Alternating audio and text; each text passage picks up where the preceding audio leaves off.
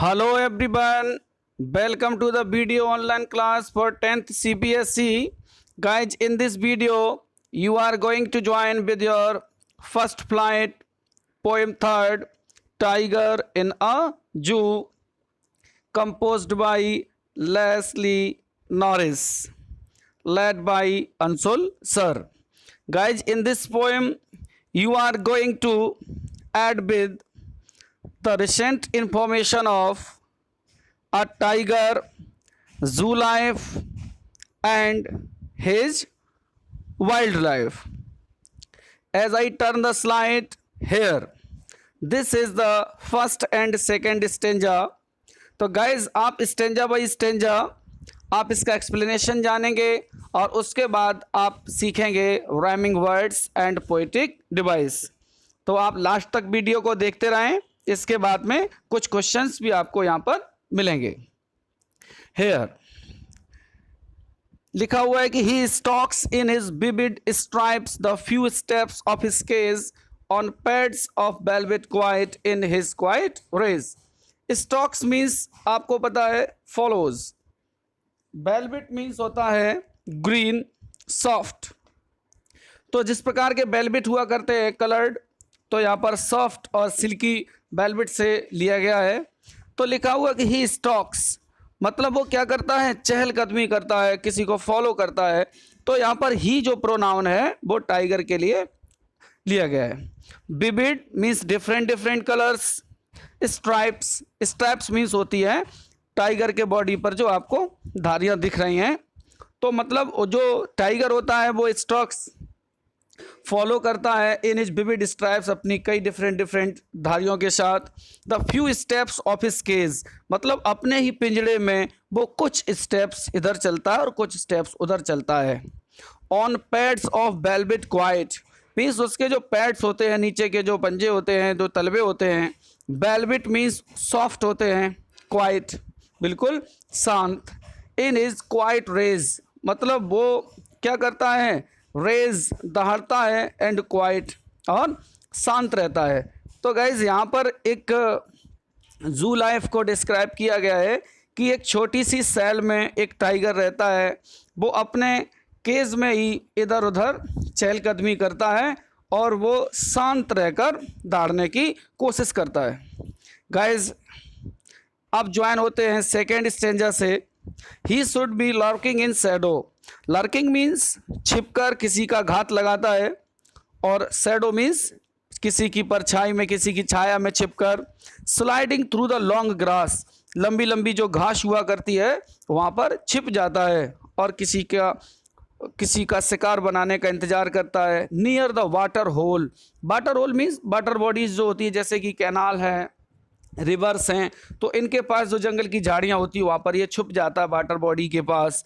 Where the plump dear पास जहाँ पे जो मोटे ताजे जो हिरन हुआ करते हैं ये उनकी तलाश में रहता है कि ये उन पर झपट कर उनका शिकार बना सके।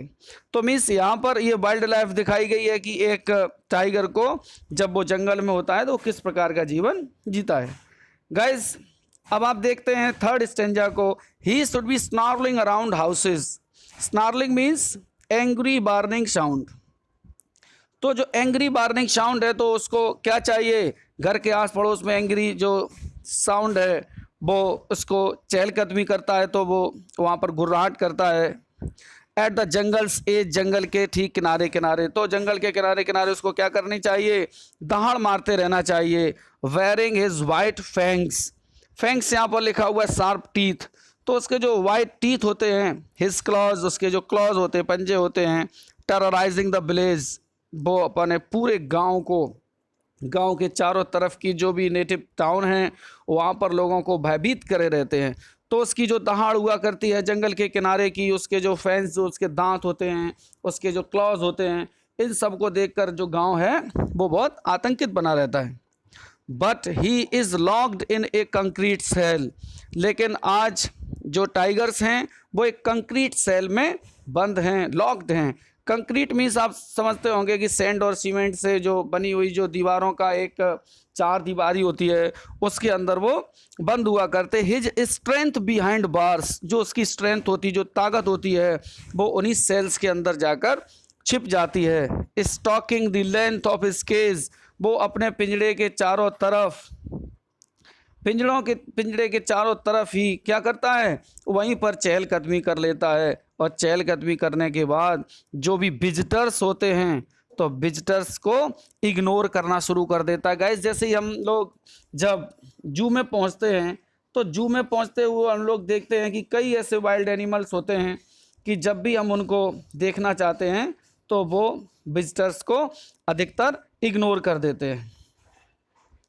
तब गाइज यहाँ पर पहुँचते हैं लास्ट पैराग्राफ की तरफ कि he hears the last boys at night.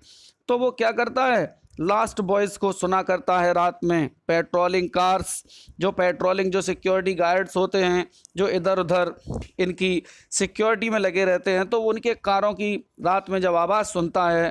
And stairs with his brilliant eyes, और अपनी चमकीली आंखों से इन्हें घूर कर देखता रहता है।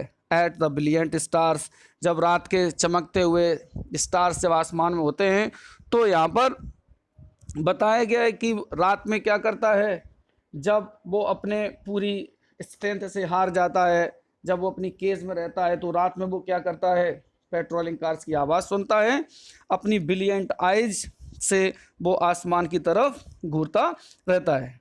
तो गाइज, यहाँ पर कोशिश की गई है आपको एक थीम से जोड़ने की कि इस पोएम से क्या मोरल मिलता है।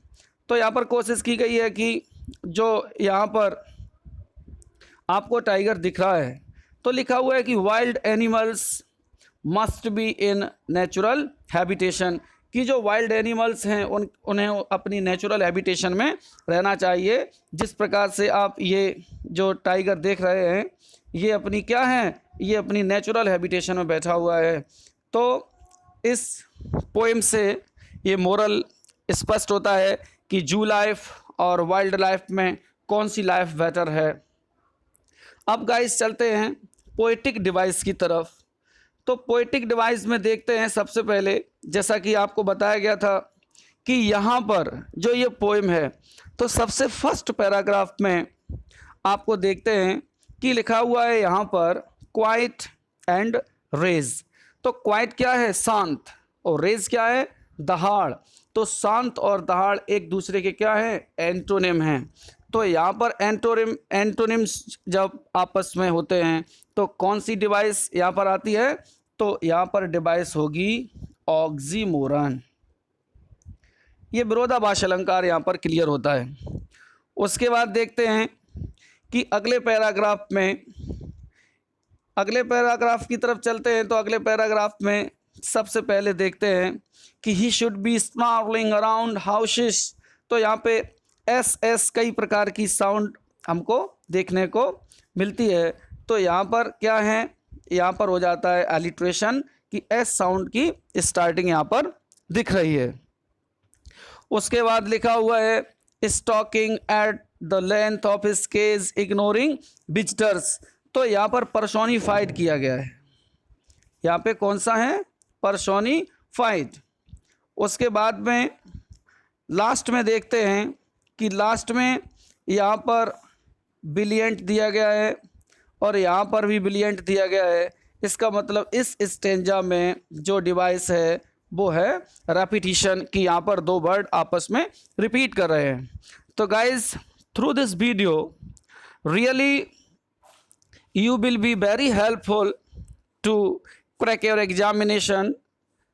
Thanks for the watching this video, and comment on the comment box what you like and how.